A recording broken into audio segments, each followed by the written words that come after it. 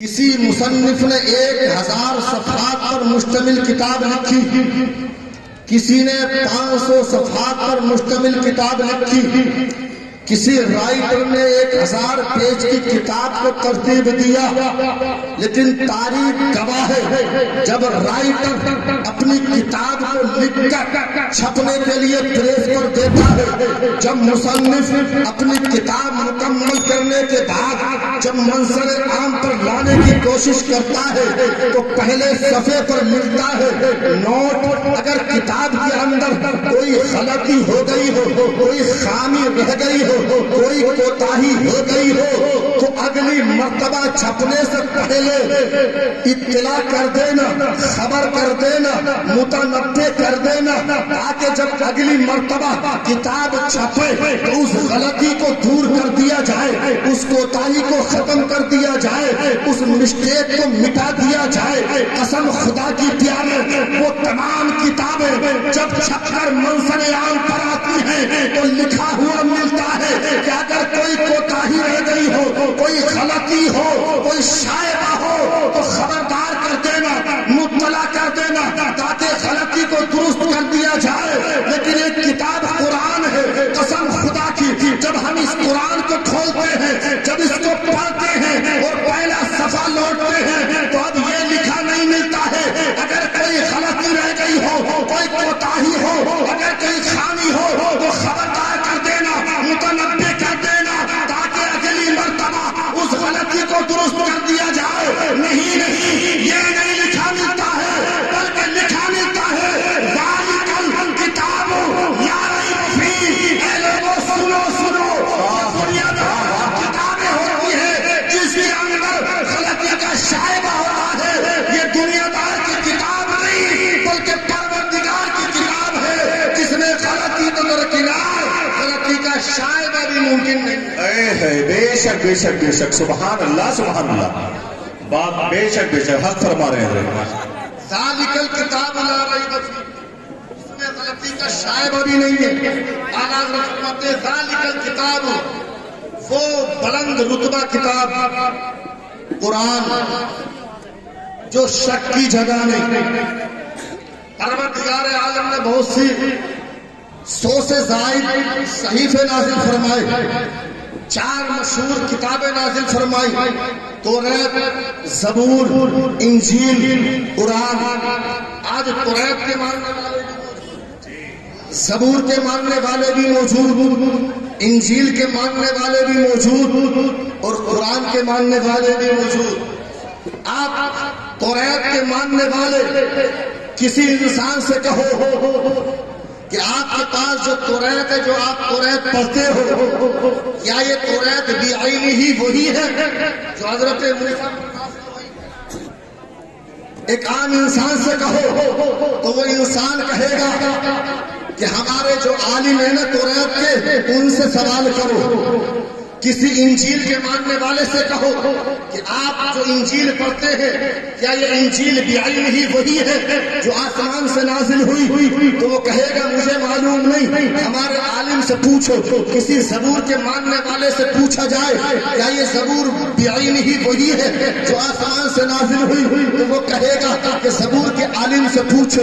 اب ہم نے توریت کے عالم کو بلایا، زبور کے عالم کو بلایا، انجیل کے عالم کو بلایا اور تینوں سے پوچھا ذرا یہ بتاؤ جس کتاب کے تم عالم ہو، جس کتاب کی تم تبلیغ کرتے ہو، جس کتاب کو تم پڑھتے ہو، کیا بتاؤ تمہیں یقین ہے، تمہیں یقین کامل ہے کہ یہ کتاب بعینہ ہی ویسی ہی ہے جیسے آسمان سے نازل ہے؟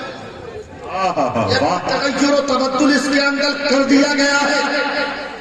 تو قسم خدا کی کوئی بھی زبور کا عالم، کوئی بھی توریت کا عالم، کوئی بھی انجیل کا پڑھنے والا یہ گارنٹی نہیں دے سکتا کہ یہی توریت ہے جو رب نے حضرت موسیٰ پر اتاری۔ انجیل کا ماننے والا کوئی یہ گارنٹی نہیں دے سکتا کہ اس میں کوئی تبدل نہیں ہوا ہے۔ جی بے شک۔ زبور کا پڑھنے والا یہ گارنٹی نہیں دے سکتا کہ اس کے اندر کوئی تبدل نہیں ہوا ہے۔ اب ہم ایک قرآن کے پڑھنے والے، بلکہ پڑھنے والا بھی ایسا جو نہ حافظ قرآن ہے، نہ عالم دین ہے، نہ قاری قرآن ہے، آپ میں سے کسی کو اٹھا کر اللہ اکبر اگر سوال کر دیا جائے، اللہ اکبر کہ بتاؤ یار یہ جو قرآن تم پڑھتے ہو کیا یہ قرآن بھی نہیں وہی قرآن ہے؟ کیا یہ قرآن بھی نہیں وہی قرآن ہے جو نبی پر نازل ہوا ہے؟ کیا اس کے اندر تغیر ہو چکا ہے، اس کے اندر چینجنگ ہو چکی ہے، اس کے اندر تبدل ہو چکا ہے؟ تو قسم خدا کی اب وہ سنی مسلمان نبی کا عاشق یہ نہیں کہے گا کہ مفتی دانش صاحب سے پوچھ کر آؤ، یہ نہیں کہے گا کہ قاری ربانی صاحب سے پوچھ کر آؤ، وہ قرآن پڑھتے ہیں، وہ قرآن پڑھاتے ہیں، بلکہ وہ سنی مسلمان نبی کا عاشق اپنے سینے پر ہاتھ رکھ کر کہے گا انسان سن لے قول محمد قول خدا فرمان نہ بدلا جائے گا، بدلے گا زمانہ لاکھ مگر قرآن نہ بدلا جائے گا۔ بے شک سبحان اللہ، نعرہ تکبیر، نعرہ رسالت، نعرہ رسالت، نعرہ حیدری، مسلک اعلی حضرت، بہت خوب ماشاءاللہ، کیا بات ہے۔ یہ وہ مقدس کتاب قرآن ہے، بڑی عظمت والی کتاب،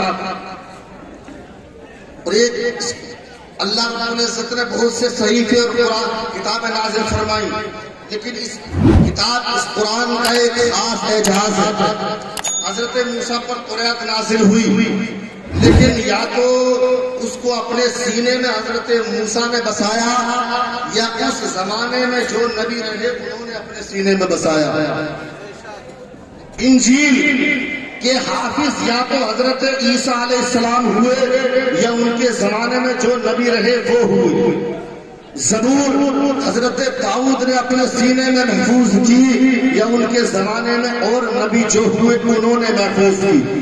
کسی امتی کو یہ شرف حاصل نہ ہوا کہ توریت کو اپنے سینے میں محفوظ کر لیتا، کسی امتی کو یہ مرتبہ نہ ملا کہ زبور کو اپنے سینے میں محفوظ کر لیتا، کسی امتی کو رب نے وہ طاقت نہ دی کہ انجیل کو اپنے سینے میں بسا لیتا۔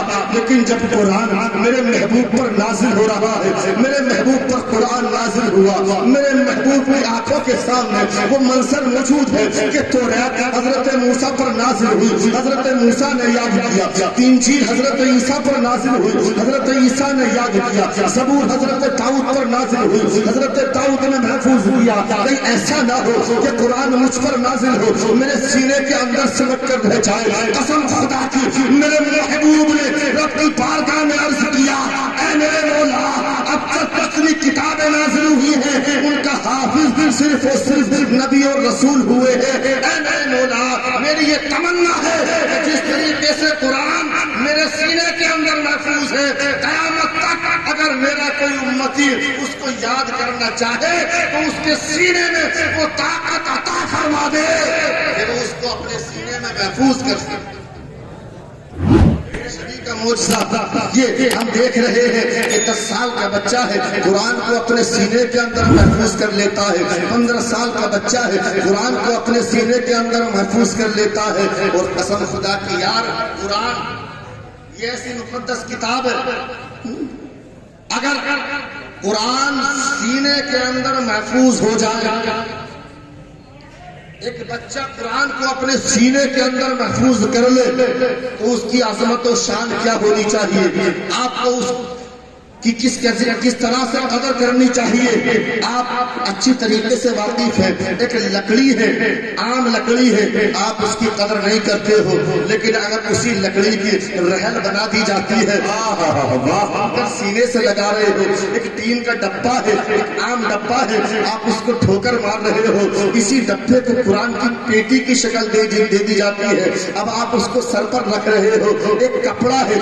40 روپے میٹر کا کپڑا ہے، آپ دیتے ہو، آپ کی نظر میں وقت نہیں ہے، لیکن اسی 40 روپے میٹر کے کپڑے کا قرآن کا جستان بنا دیا جاتا ہے۔ اب آپ کا عالم یہ ہے اگر آپ کی بیوی اس کو دھو رہی ہے تو اس کے پانی کو نالی میں نہیں بہا رہی ہے، اس کے پانی کو پھلواری میں ڈال رہی ہے، تو اب ذرا غور کرو یار یار, ایک 40 روپے میٹر کا کپڑا ہے, اس نے کیا ہے, وہ قرآن کے سینے سے لگ گیا ہے. ایک لکڑی ہے معمولی سی لپٹس کی, اس نے کیا ہے, اس نے قرآن کو اپنے اوپر رکھ لیا ہے. ایک ٹین کا ڈبہ ہے, اس نے کیا ہے یار, اس نے قرآن کو اپنے اندر محفوظ کر لیا ہے.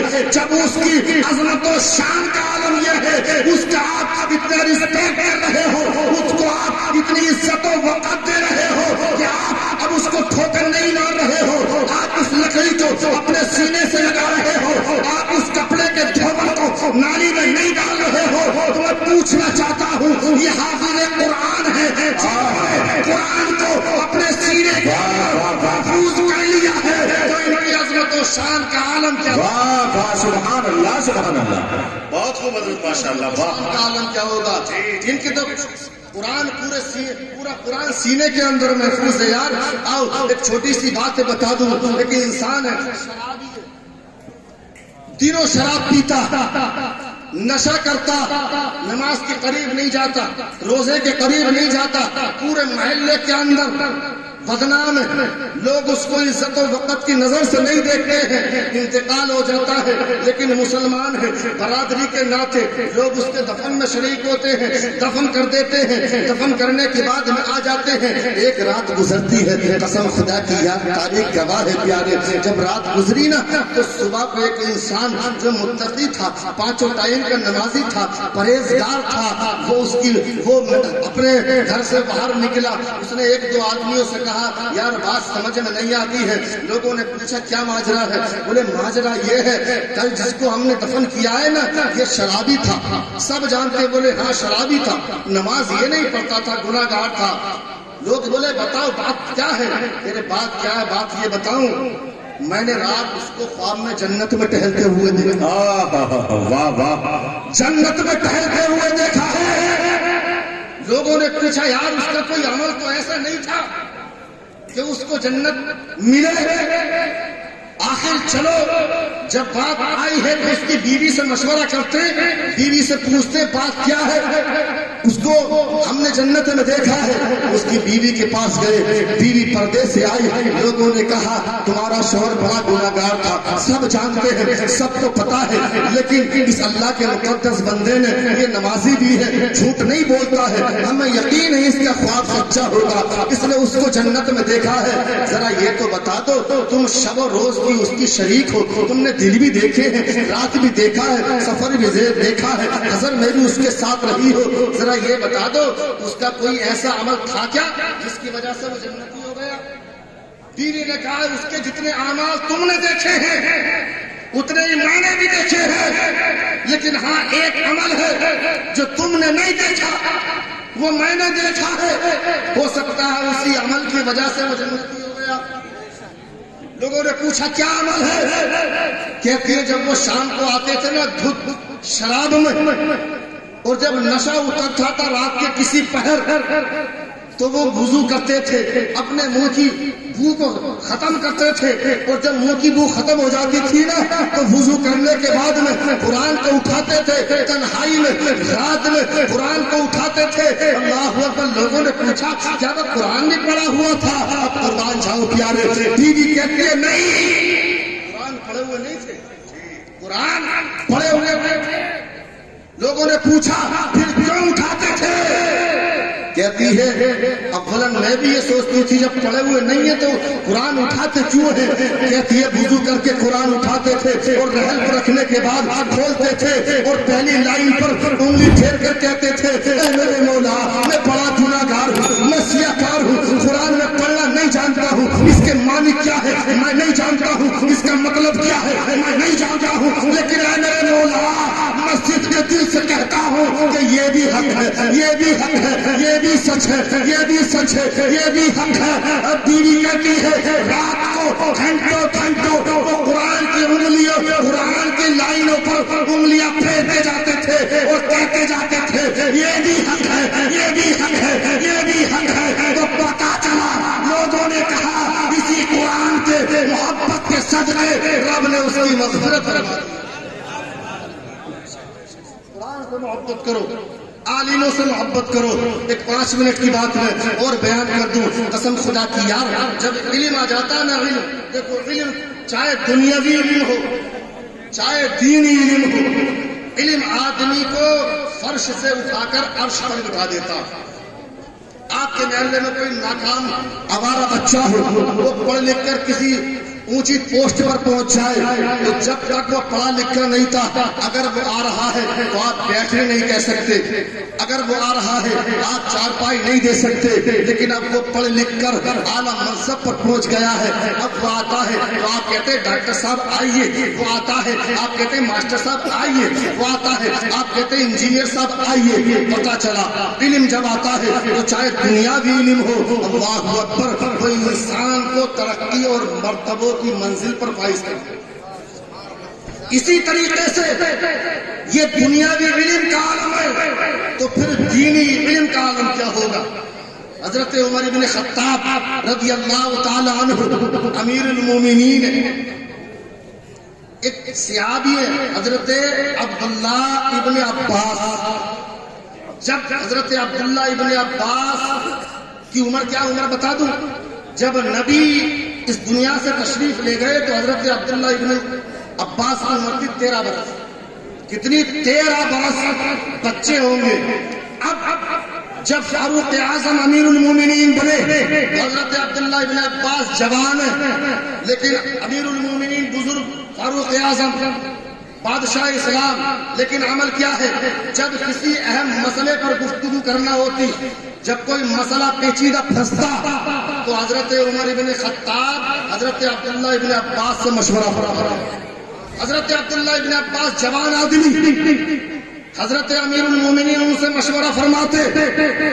بڑے بڑے اجلہ صحابہ موجود ہیں, عشرہ مبشرہ موجود ہیں, ان کو بھی مشورے کی میٹنگ میں بٹھاتے. ساتھ میں نوجوان صحابی حضرت عبداللہ ابن عباس کو بٹھاتے. ایک دن حضرت عبد الرحمن ابن عوف نے عرض کر دیا, اے امیر المومنین, یہ حضرت عبداللہ ابن عباس ایک نوجوان صحابی ہیں اور صحابیوں کے بھی جوان بیٹے ہیں, آپ ان کو اپنے مشوروں میں نہیں بلاتے ہیں, آپ ان سے مشورہ نہیں لیتے ہیں, آپ ان کو اپنی مجلس میں نہیں بٹھاتے ہیں. آخر یہ نوجوان حضرت عبداللہ ابن عباس کو آپ اتنی رسپیکٹ کیوں دیتے ہیں, آپ ان کو اتنی اہمیت کیوں دیتے ہیں. قسم خدا کی یار, سوال تو وجہ تھا. حضرت عبداللہ ابن عباس کی طرح اور بھی صحابہ کرام کے جوان بیٹے موجود تھے. اب سنو پیارے, حضرت عمر ابن خطاب رضی اللہ تعالی عنہ نے فرمایا, اے لوگوں سنو, کل ایک اہم مسئلے پر گفتگو کرنی ہے. مدینے کے اجلہ جو صحابہ کرام ہیں سب سے کہہ دو کہ سب حاضر ہو جائے. تاریخ گواہ ہے, اگلے دن تمام صحابہ کرام اکٹھا ہے, عشرہ مبشرہ بھی موجود ہے, تمام صحابہ اپنے اپنے نوجوان بیٹوں کو بھی لے کے آئے ہیں. حضرت عبداللہ ابن عباس بھی موجود ہیں, حضرت امیر المومنین بیٹھے ہیں. فاروق اعظم نے پوچھا, اے لوگوں بتاؤ, یہ جو آیت ہے, یہ جو سورت ہے اذا جاء نصر اللہ, یہ سورت جب نازل ہوئی تو اس کا مطلب اور مفہوم کیا ہے. تو کسی نے کہا یہ سورت فتح مکہ کے متعلق نازل ہوئی ہے, کسی نے کچھ بتایا, کسی نے کچھ بتایا. اللہ اکبر, عشرہ مبشرہ بڑے بڑے صحابہ کرام اس سورت کا مفہوم بتا رہے ہیں, اس سورت کے معنی اور مطالب بتا رہے ہیں, شان نزول بتا رہے ہیں, مقصد بتا رہے ہیں. امیر المومنین خاموش ہیں, تمام نوجوان صحابہ بیٹھے ہیں, کسی کی طرف امیر المومنین مخاطب نہیں ہوئے. آخر میں حضرت عبداللہ ابن عباس کی طرف مخاطب ہوئے اور ارشاد فرمایا, ابن عباس تم بتاؤ اس سورت کا مطلب کیا ہے. یہ جو سورت نازل ہوئی ہے اس سورت کا مطلب کیا ہے. اب سنو, علم کے اعتبار سے کس طریقے سے بلندی ملتی ہے, کس طریقے سے فوقیت ملتی ہے. حضرت عبد الرحمن ابن عوف نے اعتراض کیا تھا کہ اور نوجوان صحابہ بھی ہیں, آپ ان کو مشوروں میں شامل نہیں کرتے ہو, ان کو زیادہ اہمیت دیتے ہو. فاروق اعظم مسئلے کو واضح کرنا چاہتے تھے کہ ان کو اہمیت دینے کا مقصد کیا ہے. فرماتے فاروق اعظم بتاؤ, عبداللہ ابن عباس بتاؤ اس سورت کا مطلب کیا ہے. اب سنیے, حضرت عبداللہ ابن عباس عرض کرتے, حضور میری ناقص رائے یہ ہے کہ اس سورت میں پروردگار عالم محبوب کے وصال کی خبر دی گئی۔ اس صورت میں رب نے اپنے محبوب کے وصال کی خبر دی ہے۔ تاریخ گواہ ہے، فاروق اعظم نے حضرت عبداللہ ابن عباس کو پڑھ کر سینے سے لگا لیا اور فرماتے ہیں بے شک عبداللہ ابن عباس تم نے صحیح کہا، رب نے اس صورت میں اپنے محبوب کے وصال کی خبر دی۔ صحابہ نے عرض کیا یا نظروں کے ذریعے سوال کیا، ہماری سمجھ میں آج تک نہیں آیا اس صورت میں کیسے وصال کی خبر دی گئی ہے، اس صورت میں کیسے وصال کی طرف اشارہ کیا گیا ہے۔ فاروق اعظم کی نظروں کی طرف صحابہ کرام نظر گاڑے ہوئے ہیں۔ فاروق اعظم نے سنا، اللہ اکبر، دیکھا اور فاروق اعظم یار جن کے بارے میں جن کے لیے پروردگار عالم نے جن کی چاہت کے مطابق قرآن کی آیتوں کو نازل فرمایا ہے وہ فاروق اعظم ہے۔ فاروق اعظم نے فرمایا بے شک یہ آیت یہ سورت نبی کے وصال کے متعلق نازل ہوئی ہے، اس لیے کہ جب یہ سورت نازل ہوئی اس وقت مکہ فتح ہو چکا تھا، تو گویا کہ رب نے پیغام دیا اے میرے محبوب سنو، اب مکہ فتح ہو چکا ہے، اسلام کا پرچم بلند ہو چکا ہے، لوگ اسلام میں جوک در جوک داخل ہو رہے ہیں۔ اے میرے محبوب جو تمہاری بعثت کا مقصد تھا نا، جو تمہیں دنیا میں بھیجنے کا مقصد تھا نا، آج وہ مقصد پورا ہو چکا ہے۔ آج اسلام عرب سے نکل کر عجم میں پھیل چکا ہے۔ اے میرے محبوب سنو، اب تمہاری بعثت کا مقصد پورا ہو چکا ہے، اب تم اپنے محبوب اپنے رب سے ملاقات کے لیے یہاں پر تشریف لے آئے۔ وہ تفسیر جو کسی صحابی نے بیان نہ فرمائی وہ حضرت عبداللہ ابن عباس نے بیان فرمائی۔ فاروق اعظم نے اشارہ دے دیا اے لوگوں سنو، میں عبداللہ ابن عباس کو اس لیے ترجیح دیتا ہوں تو علم حاصل کرو، دنیاوی علم ہو وہ بھی ضروری ہے اور دینی علم یہ ہمارے لیے ضروری ہے۔ نبی فرماتے ہیں کہ ہر مسلمان پر علم حاصل کرنا یہ ضروری ہے۔ اپنے بچوں کو عالم دین بناؤ، حافظ قرآن بناؤ، قاری قرآن بناؤ۔ پروردگار عالم کی بارگاہ میں دعا ہے پروردگار عالم ہم سب کو عمل کی توفیق عطا فرمائے۔ قرآن میں رب فرماتا ہے ذالک الکتاب لا ریب فیہ، آمین، وما علینا الا البلاغ۔ السلام۔